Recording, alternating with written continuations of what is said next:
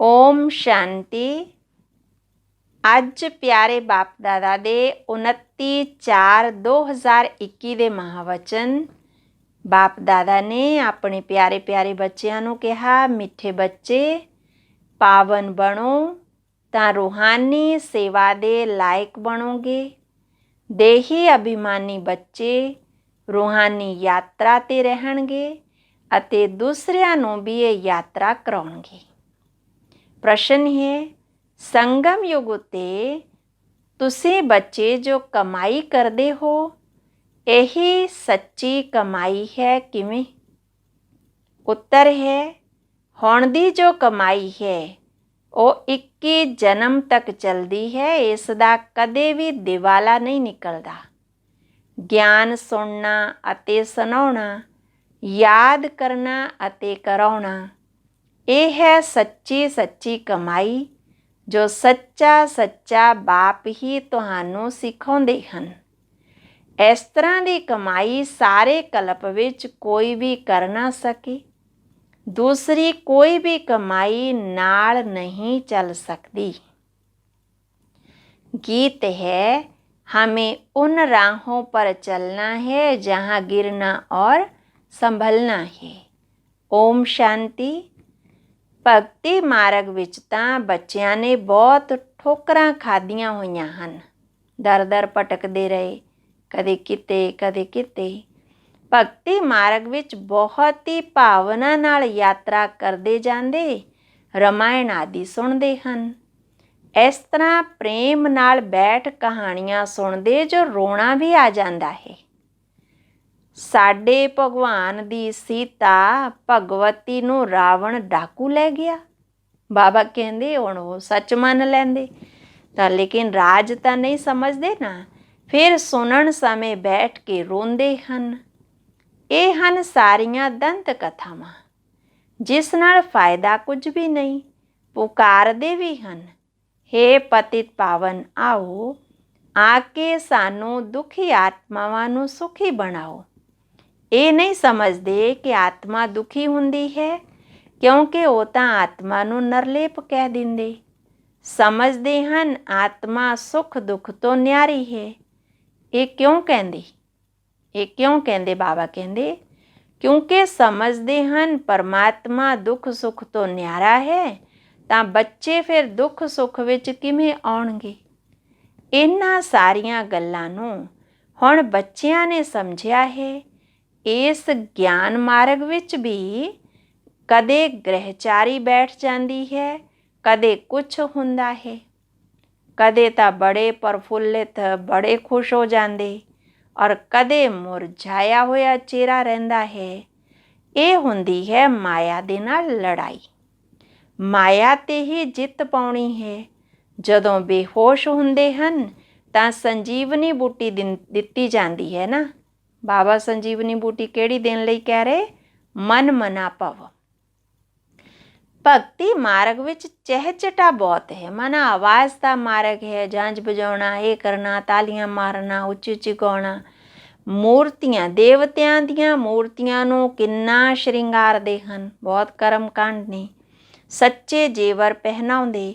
ਉਹ ਜੇਵਰ ਤਾਂ ਠਾਕੁਰ ਦੀ ਪ੍ਰਾਪਰਟੀ ਹੋਈ। ਬਾਬਾ ਕਹਿੰਦੇ ਠਾਕਰ ਦੀ ਪ੍ਰਾਪਰਟੀ ਸੋ ਪੁਜਾਰੀ ਜਾਂ ਟਰਸਟੀ ਦੀ ਹੁੰਦੀ ਹੈ। ਤੁਸੀਂ ਬੱਚੇ ਜਾਣਦੇ ਹੋ ਕਿ ਅਸੀਂ ਚੇਤਨ ਵਿੱਚ ਬਹੁਤ ਹੀਰੇ ਜਵਾਹਰਾਤਾਂ ਨਾਲ ਸਜੇ ਹੋਏ ਹੋਵਾਂਗੇ, ਮਾਨਾ ਸਤਯੁਗ ਦੇ ਵਿੱਚ। ਫਿਰ ਜਦੋਂ ਪੁਜਾਰੀ ਬਣਦੇ ਤਾਂ ਬਹੁਤ ਜੇਵਰ ਪਹਿਨਦੇ ਹਨ। ਬਾਬਾ ਕਹਿੰਦੇ ਹੁਣ ਕੁਝ ਵੀ ਨਹੀਂ ਹੈ। ਚੇਤਨ ਰੂਪ ਵਿੱਚ ਵੀ ਪਹਿਨੋ, ਫਿਰ ਜੜ ਰੂਪ ਵਿੱਚ ਵੀ ਪਹਿਨੇ ਹਨ। ਚੇਤਨ ਰੂਪ ਵਿੱਚ ਦੇਵੀ ਦੇਵਤਾ, ਚੇਤਨ ਵਿੱਚ ਹੋਵਾਂਗੇ ਤਾਂ ਬਾਬਾ ਕਹਿੰਦੇ ਉਸ ਸਮੇਂ ਵੀ ਸ਼ਿੰਗਾਰ ਹੋਏਗਾ। ਭਗਤੀ ਮਾਰਗ ਵਿੱਚ ਪੁਜਾਰੀ ਲੋਕ ਫਿਰ ਤੁਹਾਡੀ ਬਾਬਾ ਕਹਿੰਦੇ ਯਾਦਗਾਰ ਨੂੰ ਕੀ ਕਰਦੇ? ਜੇਵਰ ਪਹਿਨਾਉਂਦੇ। ਹੁਣ ਤਾਂ ਕੋਈ ਵੀ ਜੇਵਰ ਨਹੀਂ ਹੈ, ਬਿਲਕੁਲ ਸਧਾਰਨ ਹੋ। ਬਾਬਾ ਕਹਿੰਦੇ ਮੈਂ ਸਧਾਰਨ ਤਨ ਵੀ ਚਾਹੁੰਦਾ ਹਾਂ, ਕੋਈ ਰਾਜਾ ਹੀ ਠਾਠ ਤਾਂ ਹੈ ਨਹੀਂ। ਸੰਨਿਆਸੀਆਂ ਦੇ ਤਾਂ ਬਹੁਤ ਠਾਠ ਬਾਠ ਹੁੰਦੇ। ਹੁਣ ਤੁਸੀਂ ਸਮਝ ਗਏ ਹੋ ਕਿ ਬਰੋਬਰ ਸਤਯੁਗ ਵਿੱਚ ਕਿਵੇਂ ਅਸੀਂ ਆਤਮਾਵਾਂ ਪਵਿੱਤਰ ਸੀ, ਸਰੀਰ ਵੀ ਸਾਡੇ ਪਵਿੱਤਰ ਸੀ। ਉਹਨਾਂ ਦਾ ਸ਼ਿੰਗਾਰ ਵੀ ਬਹੁਤ ਅੱਛਾ ਖੂਬਸੂਰਤ ਰਹਿੰਦਾ। ਕੋਈ ਖੂਬਸੂਰਤ ਹੁੰਦੇ ਤਾਂ ਉਹਨਾਂ ਨੂੰ ਬੜਾ ਸ਼ਿੰਗਾਰ ਕਰਨ ਦਾ ਸ਼ੌਂਕ ਰਹਿੰਦਾ। ਤੁਸੀਂ ਵੀ ਖੂਬਸੂਰਤ ਸੀ ਤਾਂ ਬਹੁਤ ਅੱਛੇ ਅੱਛੇ ਜੇਵਰ ਪਹਿਨਦੇ ਸੀ, ਹੀਰਿਆਂ ਦੇ ਵੱਡੇ ਵੱਡੇ ਹਾਰ ਪਹਿਨਦੇ ਸੀ। ਸਤਯੁਗ ਦੇ ਵਿੱਚ ਇੱਥੇ ਹਰ ਚੀਜ਼ ਸਾਂਵਰੀ ਹੋ ਗਈ। ਦੇਖੋ ਬਾਬਾ ਨੇ ਫਿਰ ਅੱਗੇ ਮਿਸਾਲ ਦਿੱਤਾ ਕਿ ਗਊਆਂ ਵੀ ਤਾਂ ਸਾਂਵਰੀਆਂ ਹੁੰਦੀਆਂ ਗਈਆਂ ਨਾ। ਸਤਯੁਗ ਦੀ ਤਾਂ ਗਾਏ ਵੀ ਬੜੀ ਅੱਛੀ ਹੋ ਗਈ। ਬਾਬਾ ਜਦੋਂ ਸ਼੍ਰੀਨਾਥ ਦੁਆਰੇ ਗਏ ਸੀ, ਮਨ ਬ੍ਰਹਮਾ ਬਾਬਾ ਗਏ ਸੀ ਤਾਂ ਬਹੁਤ ਵਧੀਆ ਗਊਆਂ ਸੀ। ਕ੍ਰਿਸ਼ਨ ਦੀ ਗਊ ਬਹੁਤ ਵਧੀਆ ਦਿਖਾਉਂਦੇ ਹਨ। ਇੱਥੇ ਤਾਂ ਦੇਖੋ ਕੋਈ ਕਿਵੇਂ ਦੀ ਕੋਈ ਕਿਵੇਂ ਦੀ ਹੈ, ਕਿਉਂਕਿ ਕਲਯੁਗ ਹੈ ਨਾ। ਇਸ ਤਰ੍ਹਾਂ ਦੀਆਂ ਗਊਆਂ ਉੱਥੇ ਨਹੀਂ ਹੁੰਦੀਆਂ। ਤੁਸੀਂ ਬੱਚੇ ਵਿਸ਼ਵ ਦੇ ਮਾਲਿਕ ਬਣਦੇ ਹੋ। ਤੁਹਾਡੀ ਸਜਾਵਟ ਵੀ ਉੱਥੇ ਇਸ ਤਰ੍ਹਾਂ ਦੀ ਸੁੰਦਰ ਰਹਿੰਦੀ ਹੈ। ਹੁਣ ਵਿਚਾਰ ਕਰੋ, ਗਊਆਂ ਤਾਂ ਜ਼ਰੂਰ ਹੋਣੀਆਂ ਚਾਹੀਦੀਆਂ। ਉੱਥੇ ਦੀਆਂ ਗਊਆਂ ਦਾ ਗੋਹਾ ਵੀ ਕਿਵੇਂ ਦਾ ਹੋਵੇਗਾ? ਬਾਬਾ ਨੇ ਅੱਗੇ ਕਿਹਾ ਕਿ ਉੱਥੇ ਦਾ ਗੋਹਾ ਵੀ ਕਿਵੇਂ ਹੋਵੇਗਾ, ਕਿੰਨੀ ਤਾਕਤ ਹੋਵੇਗੀ। ਮਾਨਾ ਉਸ ਗੋਬਰ ਦੇ ਵਿੱਚ ਕਿੰਨੀ ਤਾਕਤ ਹੋਵੇਗੀ। ਮਾਨੇ ਜੋ ਜ਼ਮੀਨ ਨੂੰ ਖਾਦ ਮਿਲੇਗੀ ਉਹ ਕਿੰਨੀ ਅੱਛੀ ਚਾਹੀਦੀ ਹੈ। ਖਾਦ ਪਾਈ ਜਾਂਦੀ ਹੈ ਨਾ ਤਾਂ ਅੱਛਾ ਅਨਾਜ ਪੈਦਾ ਹੁੰਦਾ ਹੈ। ਉੱਥੇ ਸਾਰੀਆਂ ਚੀਜ਼ਾਂ ਹੀ ਤਾਕਤ ਵਾਲੀਆਂ ਹੁੰਦੀਆਂ ਹਨ। ਦੇਖੋ ਕਿੰਨੀ ਗਹਿਰੀ ਗੱਲ ਬਾਬਾ ਸੁਣਾ ਰਹੇ। ਇੱਥੇ ਤਾਂ ਕੋਈ ਚੀਜ਼ ਵਿੱਚ ਤਾਕਤ ਹੀ ਨਹੀਂ। ਹਰ ਇੱਕ ਚੀਜ਼ ਬਿਲਕੁਲ ਹੀ ਸ਼ਕਤੀਹੀਨ ਬਣ ਗਈ ਹੈ। ਬਾਬਾ ਕਹਿੰਦੇ ਮਨੁੱਖ ਸਮਝਦੇ ਹਨ ਕਿ ਵੈਕੁੰਠ ਤਾਂ ਕੋਈ ਉੱਪਰ ਹੈ। ਵੈਕੁੰਠ ਨਾ ਸੂਖਸ਼ਮ ਵਤਨ ਵਿੱਚ ਹੈ, ਨਾ ਮੂਲ ਵਤਨ ਵਿੱਚ ਹੁੰਦਾ ਹੈ, ਇੱਥੇ ਹੀ ਹੁੰਦਾ ਹੈ। ਇੱਥੇ ਜੋ ਬੱਚੀਆਂ ਸਾਖਸ਼ਾਤਕਾਰ ਕਰਦੀਆਂ ਹਨ ਉਹ ਫਿਰ ਇਹਨਾਂ ਅੱਖਾਂ ਨਾਲ ਦੇਖੋਗੇ। ਜਿਵੇਂ ਦੀ ਪੋਜੀਸ਼ਨ ਇਸ ਤਰ੍ਹਾਂ ਦੀ ਸਮੱਗਰੀ ਰਹਿੰਦੀ ਹੈ। ਰਾਜਿਆਂ ਦੇ ਮਹਿਲ ਦੇਖੋ ਕਿਵੇਂ ਵਧੀਆ ਵਧੀਆ ਹੁੰਦੇ ਹਨ। ਜੈਪੁਰ ਦੇ ਵਿੱਚ ਬਹੁਤ ਵਧੀਆ ਵਧੀਆ ਮਹਿਲ ਬਣੇ ਹੋਏ ਹਨ। ਸਿਰਫ ਮਹਿਲ ਦੇਖਣ ਲਈ ਮਨੁੱਖ ਜਾਂਦੇ ਹਨ ਤਾਂ ਵੀ ਟਿਕਟ ਰਹਿੰਦੀ ਹੈ ਨਾ। ਖਾਸ ਉਹ ਮਹਿਲ ਦੇਖਣ ਲਈ ਰੱਖਦੇ ਹਨ, ਖੁਦ ਫਿਰ ਹੋਰ ਮਹਿਲਾਂ ਵਿੱਚ ਰਹਿੰਦੇ ਹਨ। ਸੋ ਵੀ ਹੁਣ ਕਲਯੁਗ ਹੈ ਨਾ, ਇਹ ਹੈ ਹੀ ਪਤਿਤ ਦੁਨੀਆ। ਕੋਈ ਆਪਣੇ ਨੂੰ ਪਤਿਤ ਥੋੜ੍ਹੀ ਸਮਝਦੇ ਹਨ। ਤੁਸੀਂ ਹੁਣ ਸਮਝਦੇ ਹੋ ਅਸੀਂ ਤਾਂ ਪਤਿਤ ਸੀ, ਕੋਈ ਕੰਮ ਦੇ ਵੀ ਨਹੀਂ ਸੀ। ਦੇਖੋ ਬਾਬਾ ਨੇ ਸਾਨੂੰ ਆ ਕੇ ਗੋਰਾ ਬਣਾਇਆ। ਬਾਬਾ ਕਹਿੰਦੇ ਗੋਰਾ ਬਣੋਗੇ ਨਾ, ਗੋਰਾ ਮਾਨਾ ਆਤਮਾ ਸਤੋ ਪ੍ਰਧਾਨ ਬਣ ਜਾਂਦੀ ਹੈ। ਇਹ ਦੁਨੀਆ ਹੀ ਫਸਟ ਕਲਾਸ ਹੋਵੇਗੀ। ਇੱਥੇ ਬੇਸ਼ੱਕ ਅਮਰੀਕਾ ਆਦਿ ਵਿੱਚ ਬੜੇ ਫਸਟ ਕਲਾਸ ਮਹਿਲ ਹਨ, ਪਰੰਤੂ ਉਸ ਦੀ ਭੇਟ ਵਿੱਚ ਤਾਂ ਕੁਝ ਵੀ ਨਹੀਂ ਸਤਯੁਗ ਦੇ ਮੁਕਾਬਲੇ, ਕਿਉਂਕਿ ਇਹ ਤਾਂ ਅਲਪ ਕਾਲ ਦਾ ਸੁੱਖ ਦੇਣ ਵਾਲੇ ਹਨ। ਉੱਥੇ ਤਾਂ ਫਸਟ ਕਲਾਸ ਮਹਿਲ ਹੁੰਦੇ, ਫਸਟ ਕਲਾਸ ਗਊਆਂ ਹੁੰਦੀਆਂ ਨੇ, ਉੱਥੇ ਗਵਾਲੇ ਵੀ ਹੁੰਦੇ। ਸ੍ਰੀ ਕ੍ਰਿਸ਼ਨ ਨੂੰ ਗਵਾਲਾ ਕਹਿੰਦੇ ਹਨ ਨਾ। ਇੱਥੇ ਜੋ ਗਊਆਂ ਨੂੰ ਸੰਭਾਲਣ ਵਾਲੇ ਹੁੰਦੇ ਉਹ ਕਹਿੰਦੇ ਅਸੀਂ ਗਵਾਲੇ ਹਾਂ, ਮਨਾ ਗੁੱਜਰ ਹਾਂ। ਬਾਬਾ ਕਹਿੰਦੇ ਕ੍ਰਿਸ਼ਨ ਦੇ ਵੰਸ਼ਾਵਲੀ ਹਨ, ਉਹ ਐਸਾ ਸਮਝਦੇ। ਵਾਸਤਵ ਵਿੱਚ ਕ੍ਰਿਸ਼ਨ ਦੇ ਵੰਸ਼ਾਵਲੀ ਨਹੀਂ ਕਹਾਂਗੇ, ਕ੍ਰਿਸ਼ਨ ਦੀ ਰਾਜਧਾਨੀ ਦੇ ਕਹਾਂਗੇ। ਸਾਹੂਕਾਰਾਂ ਦੇ ਕੋਲ ਗਊਆਂ ਹੋਣਗੀਆਂ ਤਾਂ ਗਵਾਲੇ ਸੰਭਾਲਣ ਵਾਲੇ ਵੀ ਹੋਣਗੇ। ਸ੍ਰੀ ਕ੍ਰਿਸ਼ਨ ਨੂੰ ਗਊਆਂ ਸੰਭਾਲਣ ਦੀ ਕੀ ਜ਼ਰੂਰਤ ਹੈ? ਬਾਬਾ ਕਹਿੰਦੇ ਉਹ ਤਾਂ ਪ੍ਰਿੰਸ ਹੈ ਔਰ ਸੰਭਾਲਣ ਵਾਲੇ ਗਵਾਲੇ ਹੋਣਗੇ। ਇਹ ਗੁੱਜਰ ਨਾਮ ਵੀ ਸਤਯੁਗ ਦਾ ਹੈ। ਬਾਬਾ ਹੁਣ ਪ੍ਰਸ਼ਨ ਪੁੱਛਦੇ ਹਨ, ਦੱਸੋ ਆਦਿ ਸਨਾਤਨ ਦੇਵੀ ਦੇਵਤਾ ਧਰਮ ਕਿਸਨੇ ਸਥਾਪਨ ਕੀਤਾ? ਸ਼ਿਵ ਬਾਬਾ ਬ੍ਰਹਮਾ ਦੁਆਰਾ ਕਹਿ ਰਹੇ ਹਨ। ਰਾਮ ਅਤੇ ਸ਼ਿਵ ਬਾਬਾ ਦੀ ਸ਼੍ਰੀਮਤ ਤੇ ਆਦਿ ਸਨਾਤਨ ਦੇਵੀ ਦੇਵਤਾ ਧਰਮ ਸਥਾਪਨ ਹੋਇਆ। ਫਿਰ ਰਾਵਣ ਰਾਜ ਹੁੰਦਾ, ਵਿਕਾਰਾਂ ਵਿੱਚ ਜਾਂਦੇ, ਭਗਤੀ ਮਾਰਗ ਸ਼ੁਰੂ ਹੋ ਜਾਂਦਾ ਤਾਂ ਹਿੰਦੂ ਕਹਿਲਾਉਣ ਲੱਗ ਜਾਂਦੇ। ਹੁਣ ਆਪਣੇ ਨੂੰ ਕੋਈ ਦੇਵਤਾ ਤਾਂ ਕਹਾ ਨਹੀਂ ਸਕਦੇ। ਰਾਵਣ ਨੇ ਵਿਕਾਰੀ ਬਣਾਇਆ, ਬਾਬਾ ਆ ਕੇ ਨਿਰਵਿਕਾਰੀ ਬਣਾਉਂਦੇ ਹਨ। ਤੁਸੀਂ ਈਸ਼ਵਰੀਏ ਮਤ ਤੇ ਦੇਵਤਾ ਬਣ ਰਹੇ ਹੋ। ਬਾਪ ਹੀ ਆ ਕੇ ਤੁਹਾਨੂੰ ਬ੍ਰਾਹਮਣਾਂ ਨੂੰ ਦੇਵਤਾ ਬਣਾਉਂਦੇ ਹਨ।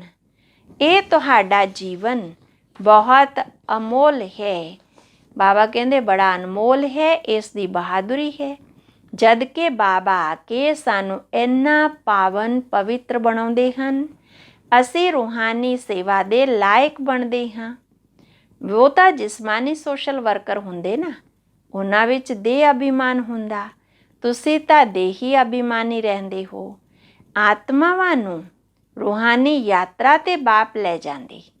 ਬਾਪ ਸਮਝਾਉਂਦੇ, ਤੁਸੀਂ ਸਤੋ ਪ੍ਰਧਾਨ ਸੀ, ਹੁਣ ਤਮੋ ਪ੍ਰਧਾਨ ਬਣੇ।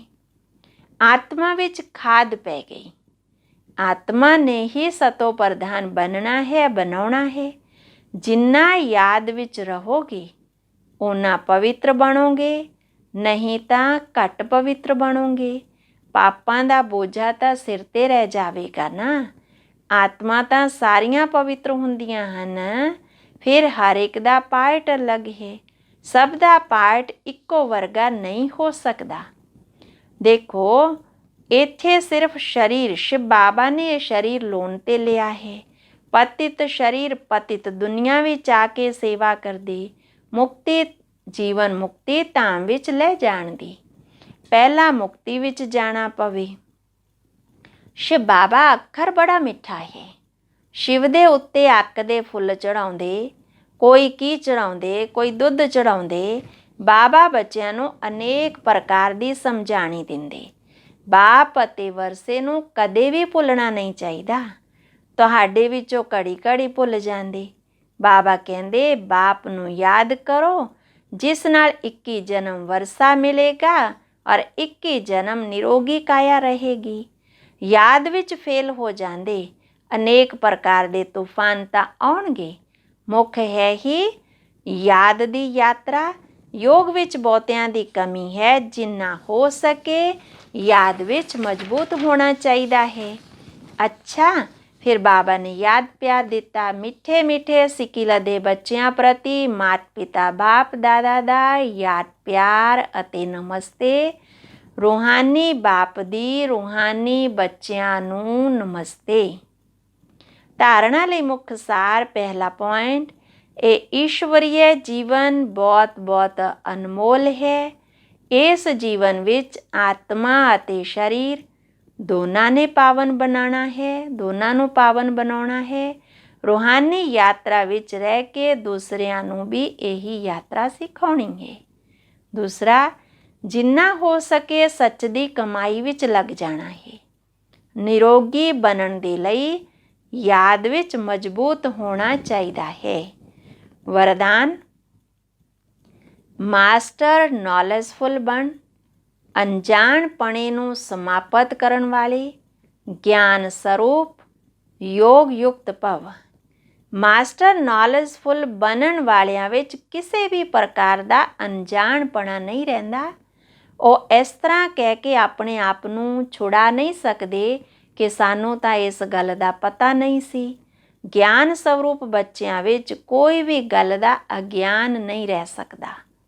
ਅਤੇ ਜੋ ਯੋਗ ਯੁਕਤ ਹਨ ਉਹਨਾਂ ਨੂੰ ਅਨੁਭਵ ਹੁੰਦਾ ਹੈ, ਜਿਵੇਂ ਕਿ ਉਹ ਪਹਿਲਾਂ ਤੋਂ ਹੀ ਸਭ ਕੁਝ ਜਾਣਦੇ ਹਨ। ਉਹ ਇਹ ਵੀ ਜਾਣਦੇ ਕਿ ਮਾਇਆ ਦੀ ਛਮ ਛਮ ਰਿਮਝਮ ਘੱਟ ਨਹੀਂ ਹੈ। ਮਾਇਆ ਬੜੀ ਰੌਣਕਦਾਰ ਹੈ, ਇਸ ਲਈ ਉਸ ਤੋਂ ਬਚ ਕੇ ਰਹਿਣਾ ਹੈ। ਜੋ ਸਾਰੇ ਰੂਪਾਂ ਤੋਂ ਮਾਇਆ ਦੀ ਨੌਲੇਜ ਤੋਂ ਨੂੰ ਸਮਝ ਗਏ, ਉਸ ਦੇ ਲਈ ਹਾਰ ਖਾਣਾ ਮੁਸ਼ਕਲ ਹੈ, ਅਸੰਭਵ ਹੈ। ਸਲੋਗਨ, ਜੋ ਸਦਾ ਪ੍ਰਸੰਨ ਚਿੱਤ ਹਨ ਉਹ ਕਦੇ ਪ੍ਰਸੰਨ ਚਿੱਤ ਨਹੀਂ ਹੋ ਸਕਦੇ। ਓਮ ਸ਼ਾਂਤੀ।